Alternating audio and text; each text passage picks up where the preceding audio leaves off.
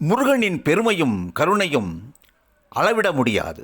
அந்த பெருமையை முழுவதும் உள்வாங்கி அருணகிரிநாதர் முருகப்பெருமானின் கருணையினால் பாமாலையாக தொடுத்து திருப்புகழ் என்னும் நூல் நமக்கு தந்துள்ளார். சொல்லுதற்கு அரியது. ஆகையால் அந்த திருப்புகழை தினம் மனதிலே ஏந்தி உரைத்திடும் அடியவர் பெருமக்களை நெருங்கும் பகை அனைத்தும் வேரோடு அழியும். எப்படி தெரியுமா? கடும் சினங்கொண்டு முருகன் வேல் புறப்பட்டு வந்து காத்து அறத்தை நிலைநாட்டும் என்கிறார் அருணகிரிநாதர். பாடல் 8. சுழற்கரிய திருப்புகழை உரைத்தவரை அடுத்த பகை அறுத்தெறிய உருக்கி எழும் அறத்தை நிலை காணும் என்கிறார் அருணகிரிநாதர்.